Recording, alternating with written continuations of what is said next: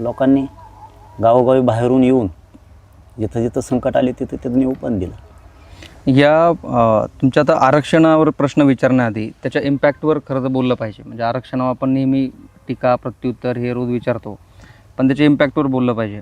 त्याचा इम्पॅक्ट एक असा दिसतोय की जे लोकप्रतिनिधी होते, म्हणजे मराठा समाजातले का असेनात, ते आजपर्यंत जे लोकांना गृहीत धरणारे होते किंवा हे आपले मतदार आहेत कुठं चाललेत, तर हे सगळे आता लोकांमध्ये मिसळायला लागलेत. हे सगळे लोकांच्या मागण्यांची, त्यांच्या भावनांची कदर करायला लागलेत.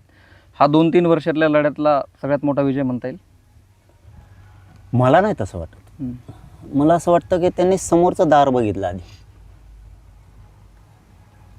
किती विषारी पद्धतीनं बाहेर पडतायत, त्यांची चाल कशी आहे.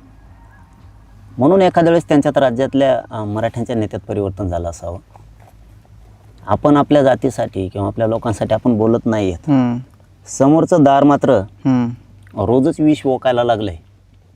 मग आपण तरी थोडंफार त्यांनी ओकलेल्या विषयावरती किमान थंड पडावं म्हणून माती तरी टाकू, थोडी गारवा तरी आणू, थोडंसं पाणी तरी शिपडू म्हणून पसरलेला